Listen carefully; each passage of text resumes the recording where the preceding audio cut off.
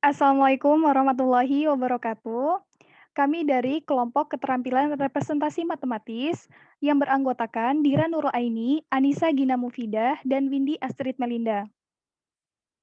Di sini kami akan memaparkan mengenai indikator representasi matematis. Sebelumnya, kami akan mereview ulang mengenai definisi dari representasi matematis itu sendiri. Menurut beberapa ahli, yakni yang pertama menurut Turus Effendi, mengemukakan bahwa salah satu peran yang penting dalam mempelajari matematika adalah memahami objek langsung matematika yang bersifat abstrak seperti fakta, konsep, prinsip, dan skill. Nah, untuk mencapainya, diantaranya yang paling mendasar berupa sajian benda-benda konkret untuk membantu siswa memahami ide-ide matematika yang bersifat abstrak. Nah, dalam proses pembelajaran matematika yang bersifat abstrak, dibutuhkan suatu kemampuan representasi yang baik, sehingga matematika yang bersifat abstrak tersebut akan lebih mudah untuk dipahami oleh siswa. Selanjutnya, pentingnya kemampuan representasi matematis secara jelas disampaikan dalam Peraturan Pemerintah Nomor 22 Tahun 2016 tentang standar isi. Nah, salah satu tujuan pembelajaran matematika adalah agar siswa mampu yang pertama, memecahkan masalah yang meliputi kemampuan memahami masalah, merancang model matematika, menyelesaikan model, dan menafsirkan solusi yang diperoleh. Yang kedua, mengkomunikasikan gagasan dengan simbol, tabel, diagram, atau media lain yang memperjelas keadaan atau masalah tersebut.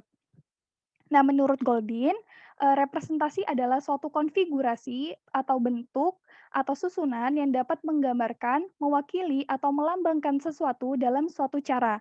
Contohnya, suatu kata dapat menggambarkan suatu objek kehidupan nyata, atau suatu angka dapat mewakili suatu posisi dalam garis bilangan.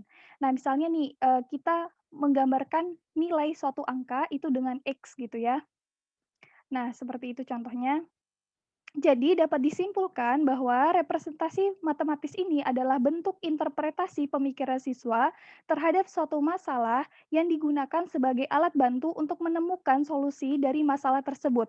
Bentuk interpretasi siswa dapat berupa kata-kata atau verbal, tulisan, gambar, tabel, grafik, benda konkret, simbol matematika, dan lain-lain.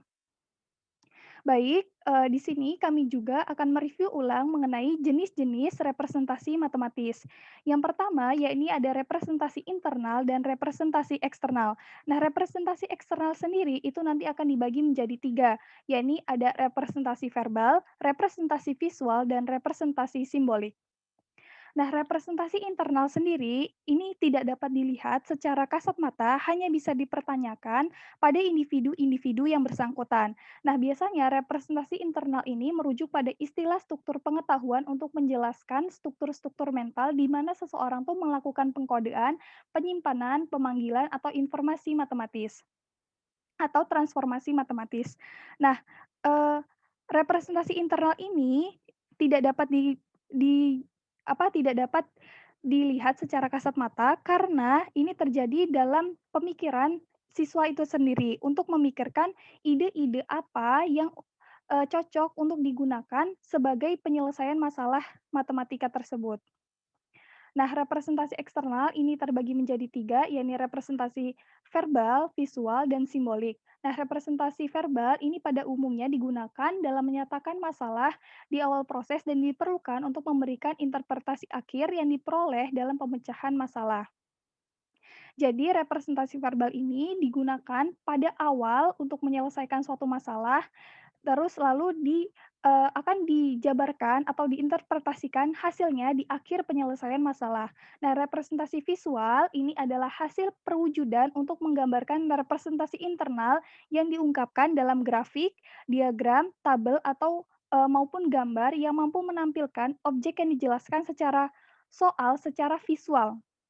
Jadi ini bisa, dilihat secara kasat mata gitu ya, bisa melalui grafik, diagram, tabel, seperti itu. Nah, representasi simbolik sendiri ini adalah kemampuan dalam memanipulasi simbol-simbol, menyatakan pola-pola dan model-model matematika dalam bentuk persamaan matematika maupun merepresentasikan pembelajaran dalam bentuk lambang-lambang matematika maupun lambang-lambang abstrak lainnya. Nah, di sini kami mengkaji, indikator representasi matematis menurut beberapa ahli. Yang pertama ini menurut NCTM, mengungkapkan yang pertama indikatornya ini adalah menggunakan representasi, yakni verbal, simbolik, dan visual untuk memodelkan dan menafsirkan fenomena fisik, sosial, dan matematika. Yang kedua, membuat dan menggunakan representasi, yakni representasi verbal, simbolik, dan visual untuk mengatur, mengkomunikasikan ide-ide matematika. Dan yang ketiga adalah memilih, menerapkan, dan menerjemahkan representasi baik verbal, simbolik, maupun visual matematika untuk memecahkan masalah. Menurut Sumarmo, yang pertama, indikator kemampuan representasi matematis itu mencari hubungan berbagai representasi konsep dan prosedur. Yang kedua, memahami hubungan antar topik dan matematika. Yang ketiga, menerapkan matematika dalam bidang lain atau dalam kehidupan sehari-hari. Yang keempat, memahami representasi ekuivalen suatu konsep. Yang kelima, mencari hubungan satu prosedur dengan prosedur lain dalam kehidupan sehari-hari. Lalu yang keenam, yakni menerapkan hubungan antar topik matematika. Lalu, menurut Hudiono, yang pertama, yakni indikatornya, membuat atau menggunakan representasi untuk mengenal, merekam, dan mengkomunikasikan ide-ide matematika.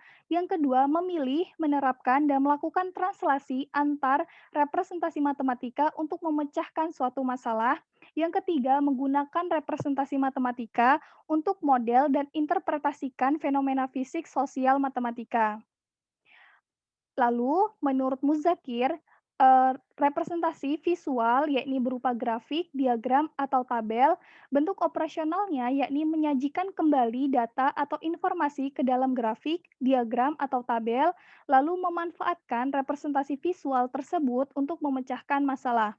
Lalu, representasi gambar, yakni bentuk operasionalnya membuat gambar pola-pola geometri, membuat bangun geometri untuk memperjelas masalah dan memfasilitasi pemecahan masalahnya. Lalu, representasi simbolik, yakni berupa persamaan atau ekspresi matematis, bentuk operasionalnya yakni membuat persamaan, model matematika atau representasi lain dari representasi lain yang diberikan. Lalu, membuat konjektur dari suatu pola hubungan, lalu menyelesaikan masalah dengan melibatkan ekspresi matematika. Lalu, representasi verbal, kata-kata atau teks tertulis, yakni bentuk operasionalnya membuat situasi masalah berdasarkan data atau representasi yang diberikan.